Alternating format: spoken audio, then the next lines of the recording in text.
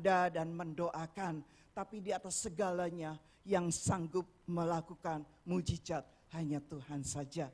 Dan itu pentingnya kita berhikmat di akhir zaman ini. Benar-benar sebelum membuat keputusan, kita tanyakan Tuhan lebih dahulu. Nah, pagi hari ini saya mau menyampaikan firman.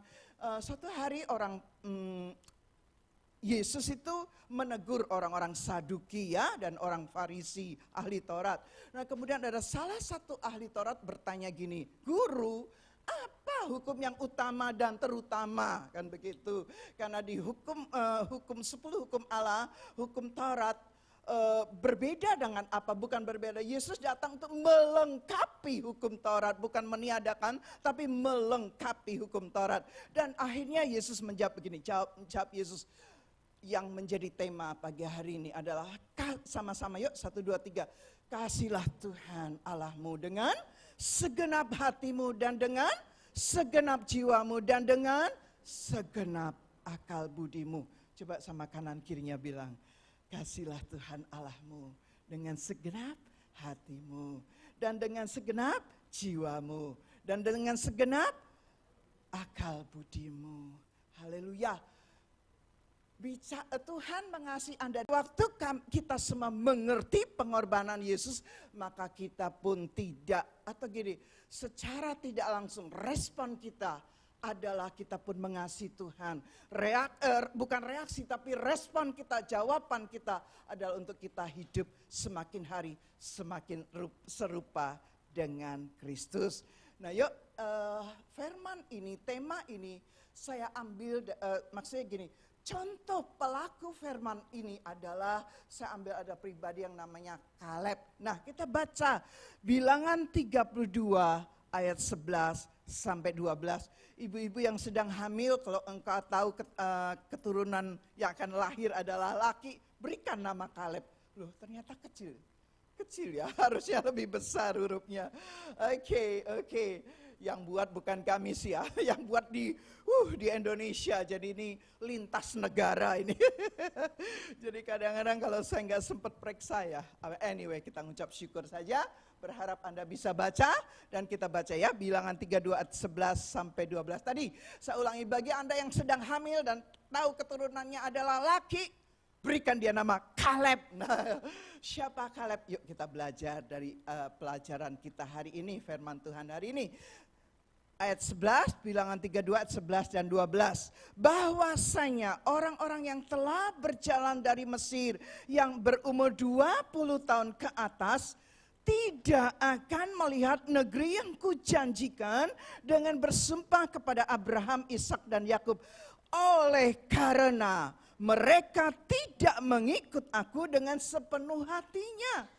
Saya mikir dulu, 20 tahun ke atas, 40 tahun di padang gurun, berarti dia kepala 6, sudah kepala 6.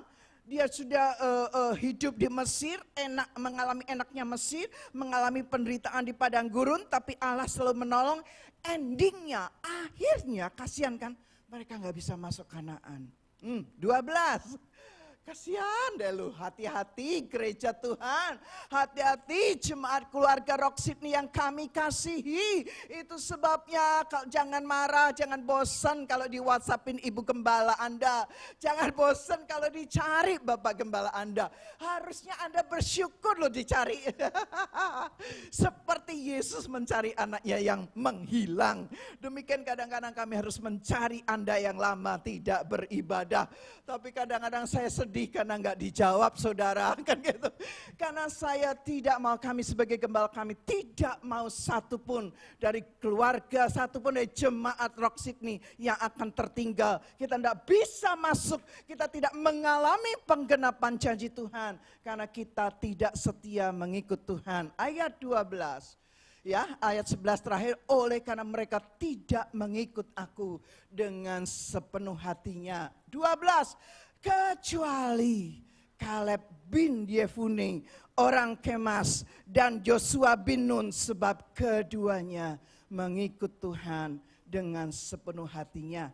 Saya lanjut dulu, Joshua 14 ayat 7 sampai 15. Joshua 14 ayat 7 sampai 15. Ikuti ya, kalau Anda mau baca, yuk baca sama-sama. 1, 2, 3. Aku berumur 40 tahun ketika aku disuruh Musa, hamba Tuhan itu, dan dari Kades Barnea untuk mengintai negeri Kanaan, dan aku pulang membawa kabar kepadanya yang sejujur-jujurnya. 8. Sedang saudara-saudaraku yang bersama-sama pergi dengan aku membuat tawar hati bangsa itu. Aku tetap mengikut Tuhan Allahku dengan sepenuh hati. 9. Pada waktu itu Musa bersumpah katanya, sesungguhnya tanah yang diinjak oleh kakimu itu akan menjadi milik pusakamu dan anak-anakmu sampai selama-lamanya, sebab engkau tetap mengikut Tuhan Allahku dengan sepenuh hati. 10. Jadi sekarang sesungguhnya Tuhan telah memelihara hidupku seperti yang dijanjikannya. Kini sudah 45 tahun lamanya sejak diucapkan Tuhan firman itu kepada Musa. Dan selama itu orang Israel menggembara di padang gurun. Jadi sekarang telah berumur 85 tahun aku hari ini. 11. Pada waktu ini aku masih sama kuat seperti pada waktu aku disuruh Musa. Seperti kekuatanku pada waktu itu, demikianlah kekuatanku sekarang untuk berperang dan untuk keluar masuk. 12. Oleh sebab itu berikanlah kepadaku pegunungan yang dijanjikan Tuhan pada waktu itu. Sebab engkau sendiri mendengar pada waktu itu bahwa di sana ada orang Enak dengan kota-kota yang besar dan berkubu. Mungkin Tuhan menyertai aku sehingga aku menghalau mereka seperti yang difirmankan Tuhan. Ayat 13. Lalu Yosua memberkati Kaleb bin Yefune dan diberikannya Hebron kepadanya menjadi milik pusaka Kaleb. Itulah sebabnya Hebron menjadi milik pusaka Kaleb bin Yefune, orang Kenas itu sampai sekarang. Karena ia tetap mengikut Tuhan Allah Israel dengan sepenuh hati. Nama Hebron dahulu adalah Kiryat Arba. Arba ialah orang yang paling besar di antara orang Enak, dan amanlah negeri itu berhenti berperang. Ceritanya kalau saya singkat saja, waktu itu Musa menyuruh 12 orang dari pemimpin bangsa Israel, 12 orang diutus oleh Musa mengintai Kanaan. Dari 12 orang, 10 orang berkata bahwa Kanaan itu ada orang-orang raksasa dan enggak mungkin kita bisa masuk Kanaan. Dan kita ini seperti belalang, dia raksasa, kita seperti belalang. Nanti kita lihat ya. Nah, karena 10 orang ya berkata gak mungkin masuk ke Kanaan, gak mungkin gitu ya. Dia berkata negatif sampai 10 orang ini mempengaruhi bangsa Israel yang sekitar jumlahnya 3 jutaan, 2 juta lebih terpengaruh dengan perkataan 10 orang ini, 10 pengintai ini. Hanya 2 orang yang berkata tidak. Betul ada raksasa, betul kota itu banyak yang kita tidak bisa, secara manusia kita nggak bisa menduduki. Tetapi kami percaya Allah kami, Allah bersama Allah kita akan sanggup menduduki Kanaan. Nah dari dua melawan 10 ini ceritanya ya. Lihat minoritas 2 orang yang berkata kita bisa, memang benar apa yang mereka katakan orang raksasa, bla bla bla. Semua yang negatif yang mereka katakan benar. Tetapi kami mau bilang, katanya Yosua dan Kaleb berkata, benar itu semua, tapi kami punya Allah yang besar. Kami punya Allah yang lebih besar. Dan kami pasti bisa masuk ke Kanaan. Singkat cerita akhirnya benar. Tidak semua bangsa Israel bisa masuk Kanaan. tadi dikatakan yang umur 20 tahun ke atas, waktu mereka masuk, berarti mereka lahirnya di Mesir, ya, mereka masuk padang gurun, sudah umurnya 21, kira-kira kan 20 tahun ke atas kan gitu. Umurnya 21 masuk padang gurun dan diproses selama 40 tahun di padang gurun, mereka nggak ngerti kalau mereka sedang diproses Allah, mereka bersungut-sungut, mereka marah, mereka marahin Musa dan sebagainya. At the end, akhirnya karena mereka terpengaruh perkataan, kalimat, cerita negatif dari 10 pengintai, akhirnya mereka tidak setia mengikut Tuhan, mereka menyembah Allah-Allah yang lain, akhirnya mereka pun tidak masuk Kanaan. Sangat disayangkan. Nah, saya pagi hari ini tidak mengambil cerita tentang 10 pengintai, tidak mengambil cerita tentang Joshua, saya mengambil cerita tentang Kaleb. Saya senang baca tentang Kaleb, karena waktu Kaleb itu berkata kepada Joshua, ayat yang ke-11 ya, dia bilang pada waktu ini, pada saat Kaleb berumur 85 tahun, aku masih sama kuat pada waktu aku disuruh Musa. Seperti kekuatanku pada waktu itu, demikianlah kekuatanku sekarang untuk berperang dan untuk keluar masuk. Dengan kata lain, waktu Musa menyuruh Joshua dan Kaleb itu berumur 40 tahun waktu mengintai. Ya, tetapi setelah dia mengintai dan bisa masuk Kanaan, baru umur 85 tahun dia berkata kepada Yosua, Yosua, itu yang namanya Kiryat Arba, pegunungan Kiryat Arba yang belum kamu taklukkan, yang dimana penduduknya ada raksasa, berikan ke aku. Justru daerah yang sukar, pegunungan yang sukar, yang banyak raksasa yang besar, orang enak raksasa yang terbesar, malah itu yang Kaleb minta. Dan saat itu usia Kaleb 85 tahun. Di sini di gereja ini yang umurnya kira-kira kepala 8 Pak Hendra katanya. Terus saya bayangkan Pak Hendra berdiri seperti Kaleb gitu ya. Tapi saya mau berkata begini, Anda jangan, oh kalau gitu saya belum saya bukan Kaleb, saya Joshua saja ya. Pagi hari ini saya mau cerita begini, saya mau encourage Anda gini. Jangan pernah menyerah berapapun umur Anda dan saya. Yang setuju katakan amin. Biarlah umur tidak membatasi Allah memakai hidup Anda dan saya. Tepuk tangan dong, amin. Anda boleh kepala berapa saja, yang penting Allah memilih Anda. Bukan Anda yang memilih, tapi Tuhan yang memilih Anda. Nah lanjut, jadi ada seorang Perdana Menteri, ini ceritanya Perdana Menteri Inggris yang namanya Winston Churchill. Dia berkata gini, waktu dalam peperangan, dan seringkali waktu dalam peperangan itu ditentukan kalah atau menang, yang pertama tuh perlu mental itu apa? Sikap hati kita tuh harus gitu loh, harus yang wow gitu ya. Seperti hari ini saya bisa wow gitu, tapi waktu saya ngalami masalah juga kan gitu ya. Aduh. Oke, tapi saya benar-benar saya bilang waktu saya baca ini saya harus berubah dulu. Sebelum saya menyampaikan firman, saya bilang, sayangku sudah nggak jadi, saya ambil khotbah minggu ini terakhir saya khotbah di 2023. Nah saya mau bilang gini, yang pertama, jangan pernah menyerah. Bilang dengan kanan kirimu, jangan pernah menyerah. Never give up, never give up. Ada anak Rahani, saya bilang gini, tante, aku sih secara keuangan karena temannya berhenti dan dia harus mengambil dia sendiri punya pekerjaan dan temannya punya pekerjaan. Secara keuangan ya lumayan banyak dan lumayan bisa bayar cicilan ya home loan, tetapi capek banget. Saya bilang saya sangat mengerti. Kami pun pernah ada di masa-masa seperti itu loh.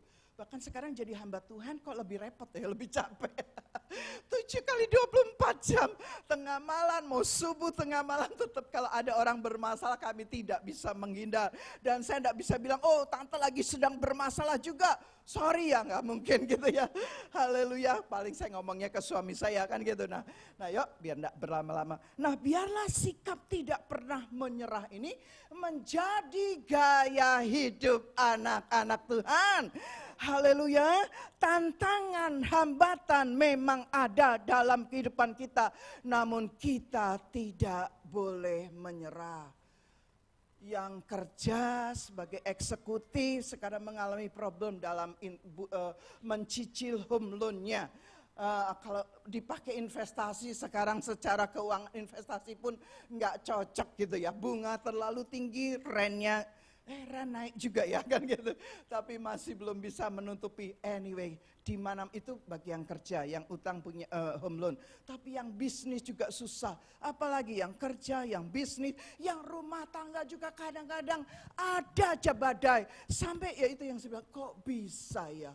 Kok bisa ya? Yang rumah tangga tiba-tiba suami istri bisa jeder. Akhirnya jedor kan gitu. Habis jeder atau jedor gitu ya. Waktu jedor seperti gunung meletus kalah kayaknya, gunung meletus. Nanti belum lagi orang tua anak tadinya kayaknya baik, rukun, bersatu, tiba-tiba jedor kan gitu. Jangan dipikir gembala tidak ngadepi masalah hal-hal yang aneh-aneh itu saudara. Itu sebabnya saudara perlu berdoa untuk kami, amin. Haleluya. Nah ada seorang lain lagi yang namanya Robert Woodruff ya, Robert Woodruff. Dia salah satu direktur utama Coca-Cola kan gitu. Itu era dia menjabat itu tahun 1923 sampai 1955. Nah, waktu dia menjadi direktur utama Coca-Cola, perusahaan Coca-Cola, dia punya dream, dia punya visi supaya Coca-Cola dinikmati oleh seluruh orang di seluruh dunia. Wah, tercapai loh, tercapai. Siapa yang gak kenal Coca-Cola? Walaupun kita sudah dilarang minum Coca-Cola, kan ya, kadar gulanya terlalu tinggi, tapi kita tetap cari Coca-Cola, kan gitu. Nah, Robert bekerja sungguh-sungguh, dia punya visi, dia tidak menyerah. Banyak hambatan, dia tidak menyerah karena dia punya visi untuk memperkenalkan Coca-Cola kepada seluruh penduduk bumi ini. Haleluya. Nah, bagaimana dengan sikap Anda dan saya sebagai anak-anak Tuhan? Apakah Anda mengikuti Tuhan dengan sepenuh hati? Apakah Anda dan saya mengikut Tuhan dengan sepenuh hati? Apakah Anda sedang menghadapi tantangan yang besar pada saat ini? Reaksi apa yang Anda ambil? Reaksi atau respon yang Anda ambil? Yuk kita belajar dari Kaleb yang berdiri melawan arus, yang berdiri menghadapi tantangan dalam hidupnya. Ketika Kaleb harus diutus mengintai Kanaan, tanah perjanjian, kita belajar beberapa hal, 3 hal. Bagaimana sikap Kaleb waktu dia harus menjadi pengintai dan bagaimana akhirnya mereka bisa masuk ke tanah Kanaan. Yang pertama, Kaleb mengikut Tuhan dalam segala situasi. Yuk ngomong dengan dirinya sendiri, baca 1, 2, 3. Mengikut Tuhan, saya mengikut Tuhan dalam segala situasi. Karena kebetulan kemarin itu Natalan, kami diundang, Natalan KM. Kalau yang siang hari ini maaf, saya tidak bisa ikut. Karena saya lebih memilih berdoa siang hari ini dengan para pendoa. Nah, kemarin malam kami hadir, ada satu keluarga yang berkata, ini si suami yang berkata gini, Bu, saya kalau ke gereja tuh 2 minggu sekali. Minggu pertama saya ke gereja, minggu kedua itu family time. Terus saya, anaknya sudah berapa kok family time ya? Jadi dia ke gerejanya 2 minggu sekali. Saya bengong. Ngomong itu dia berbicara tanpa merasa bersalah. Ayo jangan saudara. Saya cuma gini, dia kan enggak nanya boleh enggaknya, dia cuma ngomong, bisa aja asal ngomong. Tapi benar sih dalam kenyataannya memang kalau saya lihat, minggu pertama dia datang, minggu kedua enggak, minggu ketiga datang, minggu keempat enggak gitu. Kalau ada minggu kelima enggak datang tante, kan gitu. Yuk jangan, biarlah kita seperti Kaleb yang membuat keputusan, mengikut Tuhan dalam segala situasi. Nanti ada lagi, kalau nggak enak badan aja sedikit, nggak mau ke gereja. Nah itu sebabnya saya juga hari ini mengambil tugas ini. Saya waktu itu bilang, yang aku lagi, engkau tahu keadaanku yang, kan gitu. Suami saya, udah kamu aja deh yang khotbah kan gitu. Tapi waktu saya nangis malam-malam ya, setengah malam, subuh saya menangis. Dan Tuhan memberikan ayat-ayat kekuatan ini. Dan saya Besok paginya, siangnya saya bilang, yang aku yang ambil. Suami saya nanya, are you sure? Sure, karena saya ditegur oleh Tuhan. Apakah engkau mengasihi aku? Waktu Tuhan berkata kepada Petrus, 3 kali Yesus tanya kepada Simon Petrus. Nah jawabannya Simon, kalau engkau mengasihi aku, gembalakanlah domba-dombaku. Nah, mengikut Tuhan dalam segala situasi. Jangan pada waktu senang Anda ikut Tuhan. Waktu senang Anda ke gereja. Waktu Anda mengalami susah, Anda mengalami kesukaran, Anda tidak ke gereja. Waktu Anda senang, Anda melayani pekerjaan Tuhan. Waktu Anda sedang bermasalah, itu Anda meninggalkan pekerjaan Tuhan. Ya, saya bilang, oke. Nah, kembali ayatnya tadi yang sudah kita baca. Bilangan 32 ayat 11 dan 12. Tapi saya selalu garis bawahi. Apapun keadaannya kecuali Kaleb bin Yefune orang Kenas itu. Dan Yosua bin Nun. Sebab keduanya mengikut Tuhan. Dengan apa? Sepenuh hatinya. Nah, ditambah lagi Yosua 8-9 dan ayat 14. Itu adalah ayat-ayat yang berkata, aku tetap mengikut Tuhan Allahku dengan sepenuh hati. Ya, itu Kaleb selalu berkata, aku tetap mengikut Tuhan. Mungkin kalimat-kalimat komitmen yang membangun diri kita sendiri, kita perlu ucapkan loh. Supaya jiwa kita sampai tubuh kita tuh semangat gitu loh ya. Waktu kita terus apapun yang terjadi, aku tetap ikut Tuhan dengan sepenuh hati. Apapun yang terjadi, aku tetap melayani Tuhan dengan sepenuh hati. Nggak peduli umurku berapa, nggak ada istilah pensiun kan begitu ya. Aduh kan gitu. Sebab dikatakan lagi ayat 9-nya, sebab engkau Kaleb tetap mengikut Tuhan Allahku dengan sepenuh hati. Ayat 14, dia dapat warisan dari Allah kan gitu. Karena Kaleb memberikan saham hidupnya kepada Allahnya. Makanya Kaleb di akhir umur 85 tahun, Allah memberikan hasil dividenmu kan gitu ya. Karena dia punya saham kalau bicara bisnis ya.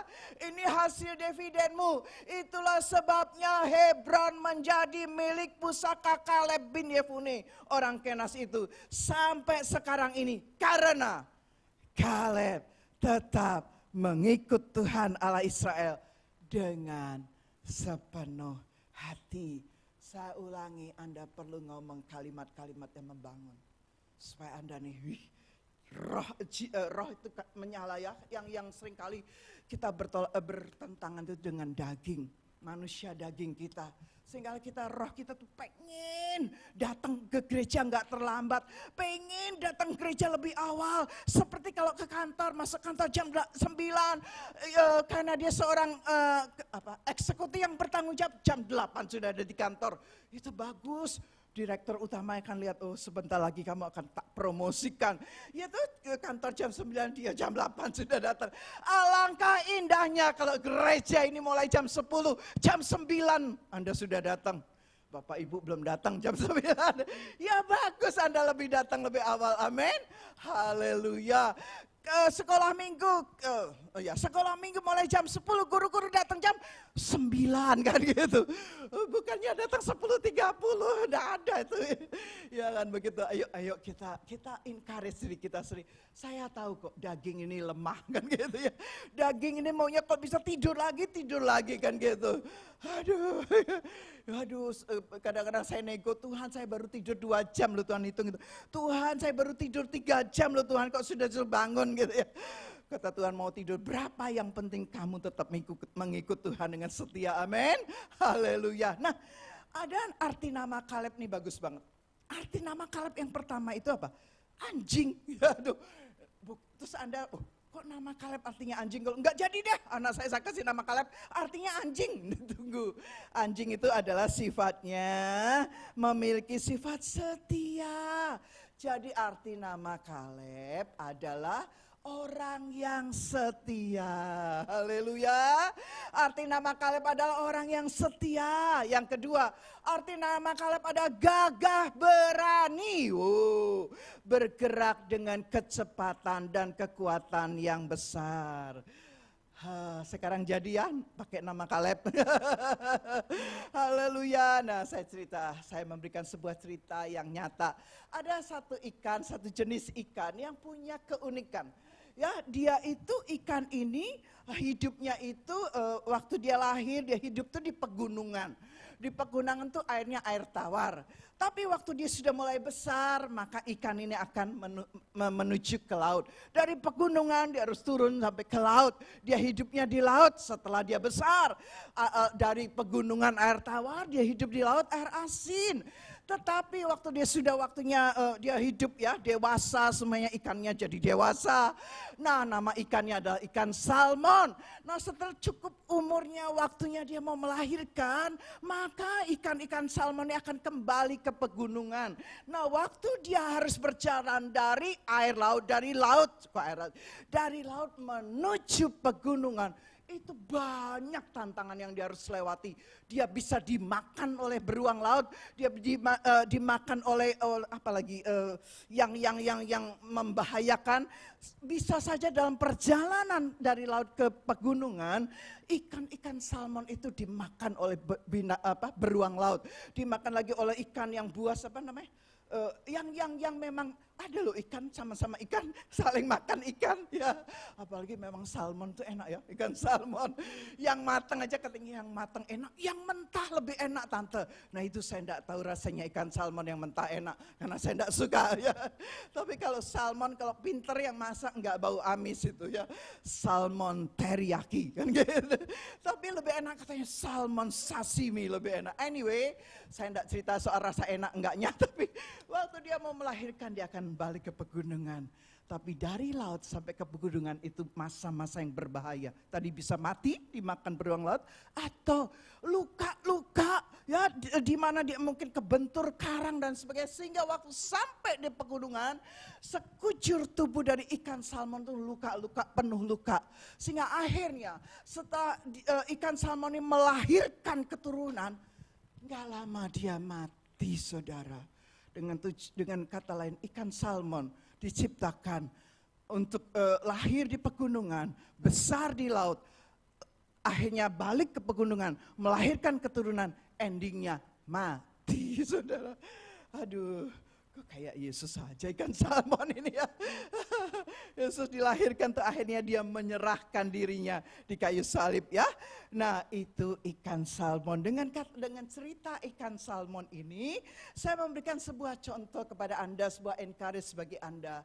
Betapa dalam perjalanan hidup bukan hanya Anda dan saya, perjalanan hidupnya ikan salmon pun tidak lepas dari tantangan, tidak lepas dari bahaya. Tapi dia tetap, kasarnya dia tetap menjalani dengan mengucap syukur. Walaupun saya belum tahu bahasanya ikan salmon, tapi saya percaya dia menjalaninya dengan ucapan syukur. Nah, apakah Anda dan saya mengikuti arus dunia atau kita melawan arus? Karena ikan salmon tadi dia melawan arus waktu dia harus kembali ke pegunungan. Dia melawan arus dan ada banyak bahaya yang dihadapi, yang dia harus hadapi. Nah, pertanyaannya, apakah Anda dan saya mengikut Tuhan itu melawan arus untuk mengikut Tuhan, atau seperti ikan salmon melawan arus waktu dia harus kembali ke habitatnya, ke pegunungan, atau Anda mengikuti arus? Memang paling gampang adalah mengikuti arus. Langsung narik nafas ya. Kita hidup di kota di benua Australia dengan culture yang bebas. Saya mau bilang hati-hati. Anda yang sudah kebule-bulean, ketemu saya gitu, dia orang Indonesia. I can't speak bahasa. Oke. Sorry gitu ya. Saya tahu kamu tuh wong Indonesia, tambah lagi wong Jawa loh yo. Aduh, kok ketemu saya itu I can't speak bahasa gitu ya. Lama-lama keluarlah bahasa Indonesianya kan gitu. Nah, aduh. Ya hati-hati ya, kita hidup. Tadi ada seorang ibu bilang, sekarang saya hidup untuk Tuhan. Dan tugas saya adalah mendoakan anak cucu saya. Itu yang penting. Ya, mungkin umur 85 tahun secara usia saat ini, mungkin Anda bilang, ya kekuatannya enggak seperti dulu. Ini saya cerita Kaleb memang spesial. Nanti ya. Tetapi para ibu-ibu bisa menjadi pendoa bagi keluarga Anda, anak cucu menantu Anda ya. Ya, yuk. Nah, lebih gampang tadi saya bilang lebih gampang mengikuti arus daripada melawan arus. Nah, kalau melawan arus tuh resikonya, tantangannya besar. Nah, sebaliknya mengikuti arus itu adalah pilihan yang paling gampang. Mengikuti culture bule, western culture itu paling gampang. Bukan hanya bahasanya sampai gaya hidupnya, semuanya gaya hidup, gaya pacaran, gaya sekolah, gaya kerja, nyantai banget. Nah itu boleh banget. Aduh, bersyukur Australia banyak orang Asia yang membuat Australia akhirnya hidup ya secara bisnisnya. Nah, Caleb bertindak melawan arus saat 10 temannya pesimis, tapi Caleb tetap berpegang pada firman.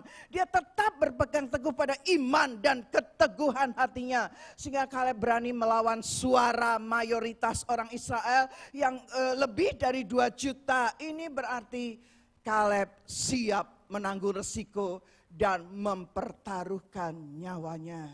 Dari poin 1, mengikut Tuhan dalam segala sesuatu. Dalam segala situasi, poin kecil lagi. Caleb siap disalah mengerti. Bilangan 14 ayat yang ke-10. Lalu segenap umat itu mengancam hendak melontari kedua orang itu, Joshua dan Caleb, dengan batu. Tapi tampaklah kemuliaan Tuhan di kemah pertemuan kepada semua orang Israel. Orang yang melawan arus ada resiko besar, betul. Ya, ada resiko besar, benar. Itu sebabnya harus berani bayar harga, berani disalah mengerti. Lanjut dulu. Caleb mengalami hal itu, disalah mengerti, namun ia teguh mengikut Tuhan. Bahkan hampir mati karena orang Israel mau melempari batu. Tapi Tuhan membela orang-orang yang sungguh-sungguh mengikut Tuhan. Berita negatif lebih mudah mempengaruhi orang dan menular dengan cepat daripada berita positif. Nah, saat ini orang lebih percaya berita sosial media. Lihat, kami itu Januari minggu ketiga ya, harus meeting di Jakarta. Biasanya di Bali. Terus saya bilang sama suami saya, kita yakin ini para leadernya RIM. Karena Indonesia sekarang dalam keadaan mulai panas nih tentang pemilu ya. Dan orang lebih mempercayai berita sosial media. Udah pokoknya sosial media dipakai apa saja udah. Mau dengar berita-berita yang aneh-aneh, bacalah sosial media. Dan akhirnya kalau ada yang begitu langsung viral. Viral gitu ya. Aduh, begitu hamba Tuhan. Kadang-kadang saya kasihan tuh kalau hamba Tuhan yang jatuh. Waduh, viral deh. Saya nggak mau, saya tahu dan saya diam aja malah saya iya kan gitu. Aduh seru. Jadi itu sebabnya kita harus sangat berhati-hati. Nah ini kembali kepada Caleb. Dia melawan arus. Dia siap disalah mengerti. Saya mau bilang gini. Disalah mengerti itu dalam hal yang hidup dalam kebenaran loh ya. Kalau Anda hidup di luar kebenaran, Anda disalah mengerti is normal. Tapi Caleb mengikut Tuhan dengan sepenuh hati. Dia berusaha dalam bisnisnya benar. Dia berusaha dalam karirnya benar. Saya 13 tahun dalam karir dan saya tahu bagaimana itu Indonesia punya cerita ya. Bagaimana semakin saya dipercaya, bagaimana semakin saya harus kompromi dengan apa yang dikehendaki oleh yang punya perusahaan. Ya. Itu yang membuat jiwa saya tertekan. Mungkin secara keuangan saya banyak dapat gaji, saya banyak dapat bonus, tapi secara jiwa tertekan banget. Sampai saya bilang, kapan Tuhan lepaskan saya, kapan Tuhan lepaskan saya. Sampai Tuhan menunggu ketaatan saya menjawab panggilannya. Kan gitu ya. Nah, lanjut yuk. Nah, Caleb berdiri melawan arus. Disalah mengerti, diancam, siap ditolak, dan dikucilkan, diremehkan, bahkan nyawa adalah taruhannya. Saya dengar di Melbourne, tapi mungkin tidak di kotanya ya, mungkin di luar kota Victoria lah ya. Ada seorang hamba Tuhan yang harus disiksa, harus diperkarakan, dimasukkan ke kot karena tidak mau menikahkan pria dengan pria. Bukankah hamba Tuhan itu berani melawan arus? Resikonya dia harus masuk ke pengadilan, mungkin resikonya dia harus dipenjarakan. Kita akan masuk masa-masa yang sukar. Itu sebabnya saya tadi bacakan 2 Timotius 3, aware. sadarlah. Hidup ini yuk sungguh-sungguh pakai untuk memuliakan Tuhan. Bukan berarti saya suruh Anda nyantai-nyantai, tidak. Kita bekerja untuk Tuhan. Kita punya waktu untuk Tuhan, nomor 1 Tuhan, nomor 2 keluarga. Nomor 1 Tuhan, nomor 2 keluarga, nomor 3 pekerjaan di bisnis Anda, karir Anda, nomor 4 di pekerjaan Tuhan, nomor 5 baru socialize. Jangan ganti urutan ini. Jangan juga gini, nomor 1 Tuhan, nomor 2 pekerjaan pelayanan, nomor 3 berkeluarga. Jangan, ini bagi yang sudah punya keluarga. Yang masih jomblo, nomor 1 Tuhan, nomor 2 karir Anda, nomor 3 layani Tuhan sungguh-sungguh. Mumpung masih jomblo, begitu ya. Jomblo enggak salah, jomblo Paulus saja jomblo. Ya, Rasul Paulus ya. Oke, memang ada orang-orang yang ditentukan punya karunia seperti Paulus tidak menikah ya. Nah, yuk saya ulangi ya, siap disalah mengerti. Yang kedua, Kaleb pun siap menghadapi musuh-musuhnya. Bilangan 13 ayat 33. Juga kami lihat di sana orang-orang raksasa, orang enak yang berasal dari orang-orang raksasa. Dan kami, semakin lama saya menikah, kan kami kemarin itu di Kana 40 tahun ya. Dan saya mau bilang semakin lama kami menikah, saya semakin menyadari bahwa kan saya percaya Pak Samuel itu adalah jodoh dari Tuhan. Karena tadinya saya punya pilihan sendiri saudara. Diizinkan papi saya untuk saya pacaran. Saya tidak pernah menjalani, saya tidak pernah yang namanya melawan orang tua dalam soal jodoh. Saya sungguh anaknya, saya bersyukur. Saya sungguh anak yang menghormati, mengasihi orang tua saya sepenuhnya. Ya, sehingga waktu saya pacaran tentu saya harus dapat izin yang benar-benar izin. Karena calon saya adalah seorang dokter. Nah, kemudian calon saya berkata gini, aku ini pacaran sama kamu yang kedua. Yang pertama aku diputusin sama cewekku. Aku tidak mau kamu putusin lagi aku seperti cewekku yang pertama. Jadi saya harus berjanji kan gitu. Makanya saya tidak bisa janji sebelum papa saya setuju.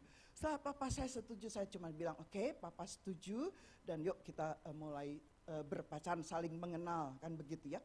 Nah tapi dalam perjalanannya, karena saya itu sudah gak punya mama kandung, saya cuma punya mama tiri saat itu.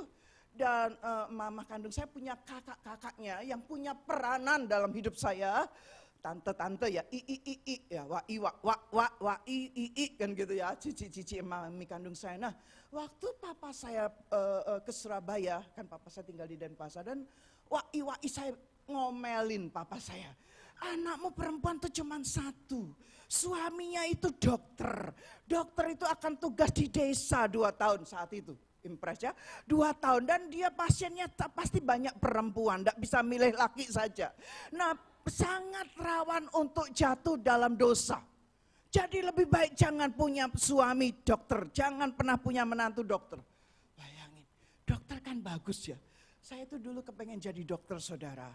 Tapi papa saya bilang gini waktu saya mau kuliah di Udayana 1978. Papa saya bilang, non cari kuliah yang gak bayar non.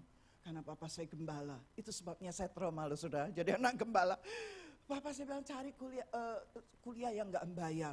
Saya nangis karena untuk masuk ke kedokteran minimal harus bayar resmi 10 juta tahun 78 saudara. Jadi saya pikir-pikir sekolah yang gak bayar itu apa? Oh ada, yang saya diterima waktu saya tes itu semua kuning badan saya ternyata kena lever, kuning sepanjang badan. Itu adalah ekonomi. Tapi tesnya ekonomi gampang, saya lulus ya.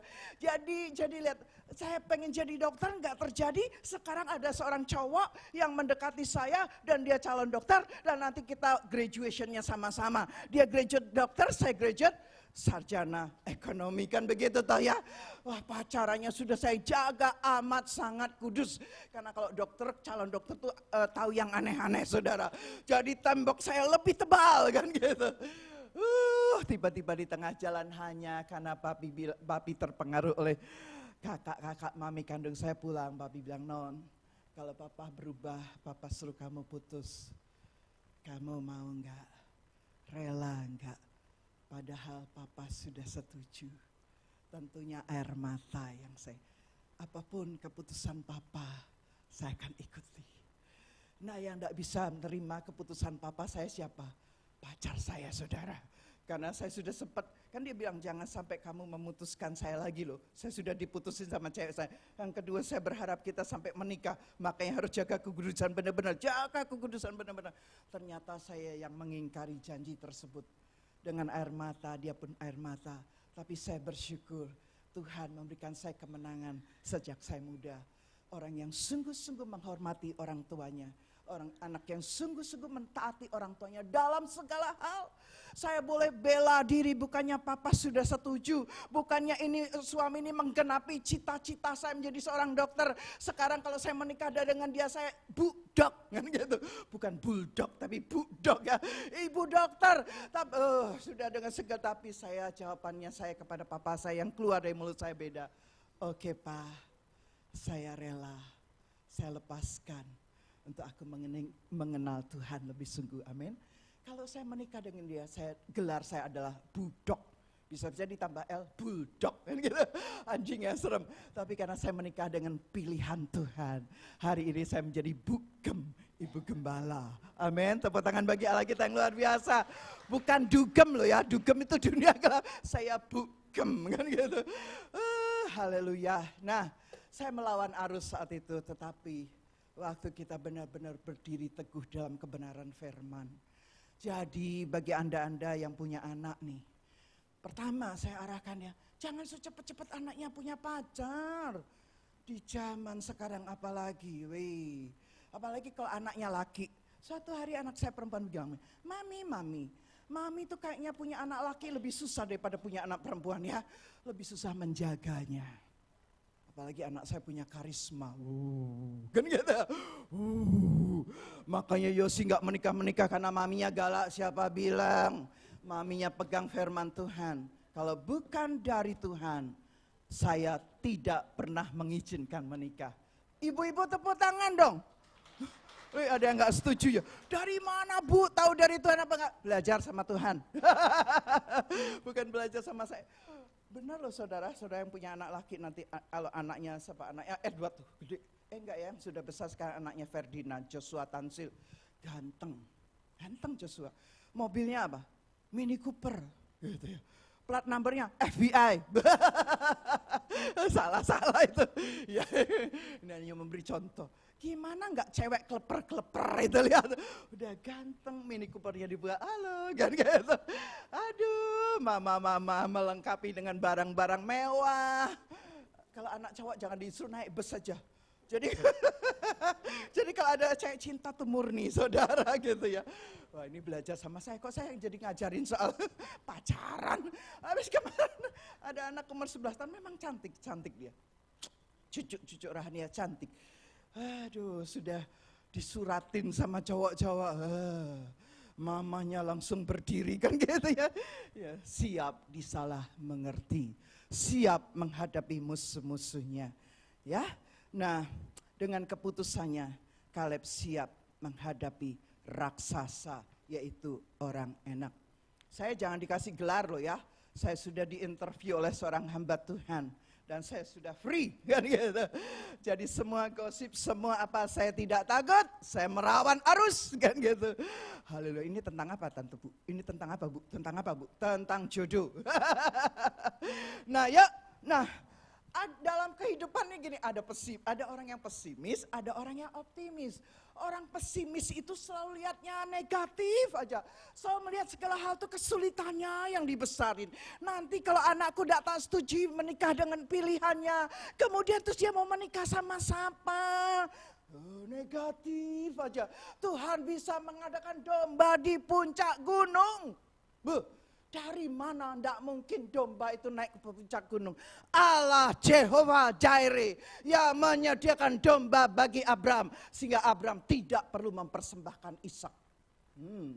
Ayo orang tua yang bilang, kalau ini kepada anak saya, kalau kamu gak terima cowok ini, kamu gak bakal punya jodoh. Siapa bilang? Melawan arus ya. Haleluya, orang yang pesimis selalu melihat kesulitan demi kesulitan. Selalu melihat negatif dan negatif dalam setiap kesempatan. Beda dengan orang optimis. Orang optimis selalu melihat kesempatan dalam kesulitan. Tepuk tangan bagi Allah kita. Dia lihat kesempatan demi kesempatan dalam kesulitan. Jadilah orang yang optimis. Saya percaya orang optimis itu orang yang punya iman. Orang yang melekat dengan firman. Haleluya. Jangan, ini para wanita, jangan takut karena umur. Para pria lagi, jangan takut karena umur. Kemudian Anda memilih pasangan yang salah. Oh, ada anak rohani saya di sini. Yang namanya, siapa tadi? Kok bisa lupa? Stanley. Dia anak yang sangat-sangat taat sama orang tuanya. Bahagia Stanley? Nah, sangat bahagia. Nah, sudah ya? Nah, Kaleb bersikap optimis saat menghadapi tantangan, ia tidak mundur, ia justru mempertaruhkan nyawanya karena Kaleb percaya dan mengenal Allahnya. Ada ayat yang bagus sekali, Daniel 11 ayat 32b. Ini yang Daniel juga menghidupi melawan arus. Sehingga dia harus masuk ke gua singa. Tapi Daniel 11 ayat 32b berkata, tetapi umat yang mengenal Allahnya akan tetap kuat dan akan bertindak. Tetapi Lydia yang mengenal Allahnya akan tetap kuat dan akan bertindak. Kita harus mengenal dan mengalami Tuhan. Sehingga mata hati kita terbuka dan mempercayainya. Ikutlah Tuhan dalam suka dan duka dan dalam keadaan apapun. Ikut Tuhan dalam keadaan apapun. Kaleb mengikut Tuhan dalam segala keadaan. Dia harus diancam, mau dibunuh, mau dikucilkan. Nggak pusing. Karena Kaleb tahu dia mengenal Allahnya. Kaleb mengenal Allahnya. Kaleb mempercayai Allahnya. Kaleb membuat keputusan setia mengikut Tuhan dalam situasi apapun. Yang kedua, Kaleb mengikut Tuhan sepanjang hidupnya. Seumur hidupnya Kaleb mengikut Tuhan. Sejak masih anak-anak sampai ia berumur 40. Dia harus diutus mengintai Kanaan. Setelah dia masuk Kanaan, mereka masuk Kanaan, bagaimana Kaleb mengalami pemeliharaan Tuhan. Dan di usia yang ke-85 tahun baru Kaleb mengambil bagiannya, yaitu dia menduduki yang namanya Kiryat Arba, Hebron, di mana ada raksasa-raksasa, di mana kota itu belum dikalahkan oleh Joshua. Dan itu memang kota yang perlu Kaleb kalahkan, yang perlu Kaleb duduki. Nah, segala sesuatu boleh berubah. Saya mau bilang ya, kita hidup di negara bebas. Kita hidup di negara yang enak. Nggak punya uang, kalau Anda PR, Anda bisa ngedol. Jadi saya pikir-pikir, enak ya hidup di sini nih ya. Benar-benar. Nah, tapi ada sebuah, dengar saudara. Ada sebuah gini, di sini ini tantangannya adalah comfort zone, nyaman. Aduh. Dan kenyamanan akan membunuh iman Anda dan saya. Dengerin. Kita tantangannya adalah kenyamanan hidup di kota ini. Tetapi kenyamanan ini membunuh iman Anda dan saya. Sehingga Anda dan saya harus eager, harus lebih semangat mencari Tuhan. Lebih semangat mendengar firman, dengerin khotbah-khotbah di YouTube. Ikuti pujian penyembahan. Supaya Anda tidak menjadi orang-orang yang comfort, orang-orang yang nyaman. Betul ini nyaman, di sini ini nyaman. Ada sebuah cerita yang bagus sekali, kesaksian nyata. Suatu saat ketika uskup saya lupa mencari tahunnya, tahun berapa nih. Uskup Polikarpus dari Smyrna ditangkap pemerintah yang anti gereja. Kalau sudah uskup pasti dia Katolik ya. Tapi uskup ini luar biasa. Uskup Polikarpus dari Smyrna. Nanti Anda bisa search. Nah, saat itu dia usianya 86 tahun. Dia harus ditangkap, kemudian dia harus dipenjara dan dibunuh. Nah, karena umur 86 tahun, yang nangkep tuh nggak tega. Aduh, uskup sudah umur segini kok masih mau dibunuh. Karena dia percaya kepada Yesus. Akhirnya yang nangkep, yang dibunuh itu bilang gini, diajak negosiasi. Uskup Polikarpus itu diajak negosiasi. Kup, mau nggak gini? Aku nggak tega bunuh kamu. Gimana gini deh kita negosiasi ya. Kamu berkatalah bahwa kamu tidak kenal siapa Yesus. Kamu tidak tahu menahu tentang Yesus. Kamu cukup ngomong gitu aja kepada umatmu. Cukup itu saja. Dan kami tidak akan membunuh kamu. Negosiasinya bagus loh saudara. Supaya uskup ini tidak dipenggal, mati, dihukum mati. Dia cuma disuruh ngomong kepada umatnya. Hai umat-umat, sorry dulu kalau aku bilang aku kenal Yesus. Sesungguhnya aku tidak kenal Yesus. Kan gitu kira-kira. Menyangkal nama Yesus. Ini hari akhir loh, banyak, bukan hanya anak Tuhan, hamba Tuhan. Dia bisa menyangkal nama Yesus, maka kadang kok bisa ya gitu ya, aneh kan.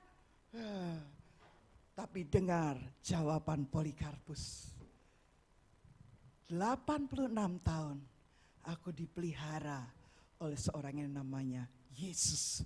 86 tahun. Aku menikmati pemeliharaan, kebaikannya, kasihnya yang luar biasa. Sehingga aku memutuskan hari ini, aku tetap mengikut Yesus apapun resikonya. Ya pasti tahu resikonya, dia dipenggal. Bahkan bukan dipenggal, dia dibakar saudara. Uskupnya ini dilempar ke api yang menyala, api besar yang menyala-nyala. Tapi waktu dia waktu dia terbakar, dia masih berkata, terima kasih Tuhan, aku boleh menikmati kesempatan mengalami sebagian penderitaanmu. Ini seperti kalau saya baca cerita dengan gitu saja sepertinya biasa. Tapi betapa orang yang mengenal Yesus sungguh-sungguh, dia berani bayar harga. Sampai dia harus dibakar pun, dia tetap tidak mengingkari Yesus. Yuk, saya tidak tahu keadaan berikut-berikutnya ya. Saya tidak menakut-nakuti, tapi saya mau Anda bangkit. Saya mau gereja ini semua bangkit melayani Tuhan. Yuk, cuma contoh ya, cuma datang lebih awal setengah jam loh. Kan gitu, dengan kata lain tidurnya kurangin setengah jam. Masa enggak bisa gitu. Datang bukan jam 10, datang setengah 10 gitu loh ya. Setengah jam. Tante yang PW datang pagi, ya terima kasih tim PW kan gitu. Kira-kira saya mengerti suara hati Anda gitu ya. Ya Anda jam 7 sudah berangkat dari rumah, jam 8 anak saya lagi. Jam 4 pagi bangun, jam 5 dia jam 4 pagi bangun ya, jam 5 dia jam 5 jalan, setengah 6 sudah ada di gereja. Haleluya, tapi Sabtu sepanjang hari itu latihan. Iya Tan, di Indonesia ada pembantu. Saya tidak membandingkan loh saudara, saya cuma cerita. Oke, yuk jadi belajarlah dari Uskup Polikarpus. Bagaimana dia mengikut Tuhan di sepanjang hidupnya. Haleluya, haleluya. Yuk yang terakhir, rahasia kehidupan Kaleb itu apa sih? Kenapa dia bisa seperti itu? Sudah jam ya. Nah Kaleb itu punya roh yang berbeda. Di dalam Bilangan 14 ayat 24, tetapi hambaku Kaleb karena lain jiwa yang ada padanya dan ia mengikut Tuhan dengan sepenuhnya, akan kubawa masuk ke negeri yang telah dimasukinya itu dan keturunannya akan memilikinya. Kaleb memiliki different spirit, roh yang berbeda. Yang pertama, dia punya roh pemenang. Ya, spirit of winner itu Bilangan 13 ayat 30. Kemudian Kaleb mencoba menenteramkan hati bangsa itu di hadapan Musa. Katanya, tidak, kita akan maju dan menduduki negeri itu sebab kita pasti mengalahkannya. Lihat, spirit winner of winner, roh pemenang. Kedua, dia punya spirit of giant, roh raksasa. Bilangan 14 ayat 9, Anda nanti catat saja, Anda bisa baca di rumah ayatnya maupun saya tampilkan, Anda bisa foto atau Anda bisa baca, itu semuanya ada di website kami. Nah Kaleb melihat bahwa bersama Tuhan, ia mampu melakukan yang terbaik. Kekuatan manusia sangat terbatas, tapi kekuatan Allah tidak terbatas yang akan membela kita. Ketiga, Kaleb punya spirit of faith, roh iman. Bilangan 14 ayat 6 sampai 9 ya. Nah yuk bagi kami semuanya, saya ngerti yang namanya sebuah ujian kehidupan. Biarlah dalam ujian kehidupan kita jangan pernah menyerah. Miliki roh iman, miliki roh pemenang, miliki roh raksasa. Mungkin saya nggak tahu apapun. Oh tadi saya belum cerita tuntas ya tentang semakin lama saya menikah dengan kok saya cerita tentang bagaimana saya memilih taat kepada orang tua tentang pasangan hidup. Tapi saya mau bilang gini, dengerin para keluarga suami istri. kita tuh kalau menikah sudah satu paket. Saya nggak bisa menerima senang dengan kelebihan Pak Samuel, senang banget. Saya tuh sering banget dibeliin barang branded. Senang loh saudara. Itu paket kelebihan suami saya. Tetapi saya juga harus bisa menerima kalau saya senang dibeliin barang branded. Kenapa saya tidak senang kalau melihat kelemahan dia? Hai istri-istri, di mana Anda? Kok tidak ada jawab iya Bu? Karena saya lihat gini, setelah menikah, berapa belas tahun dia bilang salah memilih suami, salah memilih istri. Karena mereka tidak tahu pernikahan itu satu paket. Anda tidak bisa menerima kelebihannya saja, Anda pun harus menerima kelemahannya. Suami istri katakan sama-sama amin. Yang jomblo dengarkan saya. Itu sebabnya sebelum memulai pacaran perlu restu orang tua. Sehingga dalam perjalanan, goncangan apapun itu yang saya waktu itu minta tanda. Kalau saya yakin Tuhan yang suruh kami jadi hamba Tuhan sepenuh waktu, goncangan terjadi, kita tetap ya nangis, ya stres, iya pasti normal, ya, tetapi tetap setia mengikut Tuhan, ya. Kalau saya tergerak bicara tentang orang tua anak, bicara tentang pasangan, kalau ada yang bermasalah, loh sudah belasan tahun, udah puluhan tahun, loh kok bisa bilang salah memilih istri? Aduh, bilang aja, Bu, saya tuh kepengen menikah lagi. Gitu saja jujur, bilang salah memilih istri, salah memilih suami. Bilang aja jujur lah, ya kalau terang-terangan gak enak dong Bu, lebih baik samar-samar. Dikira ibunya ndak bisa baca hatimu. Nah, dada saja. Yuk, nah ini Anda jangan pilih spiritnya pengintai. Spirit pengintai, 10 pengintai itu punya apa? Spirit of loser, roh pecundang. Ayatnya ada. Bilangan 13, 31, 32. Apalagi roh belalang, spirit of grasshopper. Lah ya dia bilang raksasa dan kami ini seperti belalang. Nanti kami ditelan oleh raksasa. Belalang gitu ya. Ayo, lanjut. Spirit of complaint, roh bersungut-sungut. Oh ini paling banyak ini. Aduh, paling banyak roh bersungut-sungut. Sehingga suatu hari waktu kami di KM tuh ada temanya gini. Siapa yang hari ini bersungut-sungut? Semua ngaku dosa. Aduh, ya toh sudah dikasih mobil bagus, nyetirnya cuma mobil yang terkenal sekarang apa? Tesla ya, lagi musim. Ini ada gembala KM saya kepengen beli Tesla, beli saja beli. Gitu. Itu saya ngawur kalau suruh dia beli, keputusan kan di suami sih bukan di saya. Cuma dia bilang pengen banget beli Tesla. Ini anak-anak muda nih, yang couple, waduh semua dibawa tuh Tesla. Oh lihat Tesla bagus ya kan gitu. Terus gitu ya. Terus ya. Kemudian ini kok saya bicara Tesla kenapa ya tadi? Oh, mobilnya Tesla. Kemudian ada mobil tua yang tiba-tiba nyalip terus ngepot. Anda bersungut-sungut langsung, bahkan mungkin maki-maki buka jendela langsung maki kan gitu. Disalip mobil tuanya keluar buka jendela dia maki, ternyata itu jemaatnya Rock Sydney. Nah, gitu. Yang mobil bagus pekerjanya Rock Sydney, yang mobil tua itu jemaatnya Rock Sydney. Nah, Anda lagi pekerjanya marah-marah kan gitu. Dia lapor ke ibu gembala, belum ada. Belum ada. Yuk biarlah kita, nih roh bersungut-sungut ini paling banyak loh saudara, beneran. Ya ini ya seperti tadi saya kasih contoh ya. Secara karena home loan naik terus, otomatis bayar cicilan rumah jadi meningkat ya. Enggak tahu, mungkin double ya, saya enggak tahu. Kira-kira. Nah income mereka berdua udah tadinya cukup untuk bayar cicilan kan gitu. Begitu naik begitu gila ini katanya crazy. Kemudian dia harus double dong kerja. Bersyukur Tuhan tuh kadang-kadang kasih kerjaan double. Sudah dikasih kerjaan double, masih ngomel, capek, lelah. Ya, itu satu paket saudara. Gitu. Waktu Anda kerja lebih banyak, itu pasti capek. Tapi waktu kita punya roh yang namanya roh bersukacita seperti Kaleb, apalagi tadi roh pemenang, spirit of winner, apalagi roh raksasa, roh iman, ucapkan syukur. Itu hanya sementara ujian saudaraku.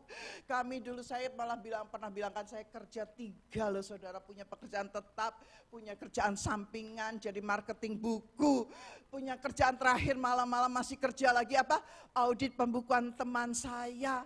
Lah, Ya tetapi itu sementara waktu saudara. Oke, roh bersungut-sungut ya kebanyakan ini. Ayo bilang, berhenti yuk, komplain yuk. Misalnya gini, apa aja dikomplain. Datang KM muka bersungut-sungut, pulang KM muka bersungut-sungut. Ada aja yang dikomplain ke gereja bersungut-sungut datangnya. Shalom, pulang shalom, gitu ya. Aduh, saya yang bingung bergembalanya kok di gitu ya. Nah, apakah Anda saat ini sedang menghadapi raksasa? Raksasa atau musuh yang bagikan gunung Everest yang sulit diatasi. Milikilah roh yang berbeda. Ya, seperti Kaleb, jangan menyerah. Pertandingan belum selesai. Amin. Tantangan masih banyak, maju terus. Jangan pernah menyerah. Saya tutup dengan Edmund Hillary ya. Edmund Hillary ini adalah orang pertama yang menaklukkan gunung Everest. Pada waktu pertama kali mendaki, PW boleh siap-siap. Pada waktu dia pertama kali naik ke gunung, dia gagal saudara. Tapi berikutnya dia berhasil sampai ke puncak gunung Everest. Sehingga Ratu Elizabeth memberi dia gelar Sir, namanya seperti Sir Edmund Hillary.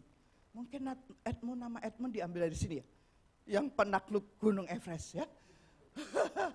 Namanya Edmund Hillary. Nah, singkat cerita akhirnya tentu diberi penghargaan ya.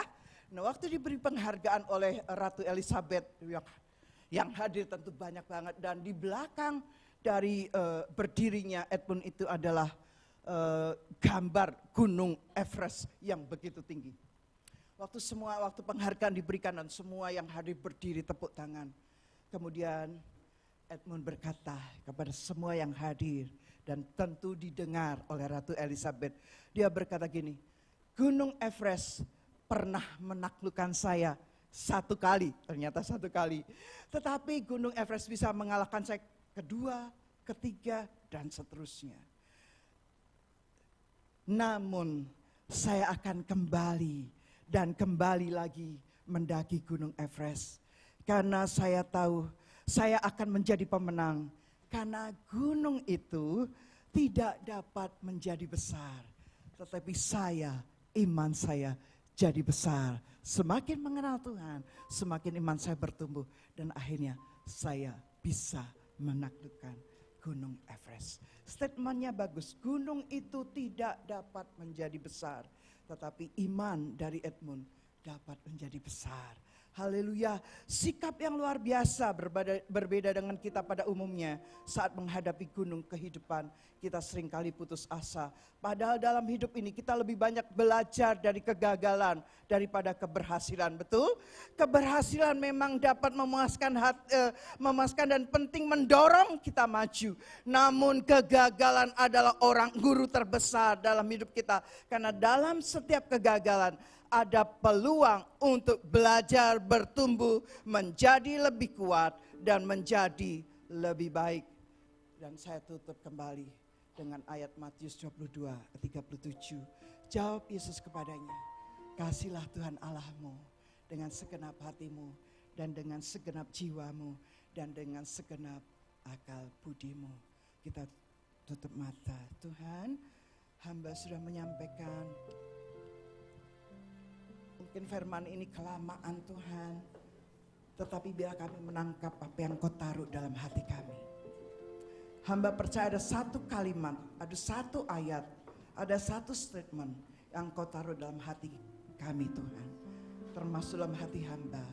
Dan biarlah itu hamba pegang, hamba taruh dalam hati hamba, dan hamba hidupi Tuhan. Supaya kami, walaupun kami hidup di negara yang nyaman, iman kami tidak ikut nyaman. Iman kami tidak jadi mati, tapi iman kami tetap bangkit. Untuk kami meraih, untuk kami terus maju menyerang, menduduki, menggenap.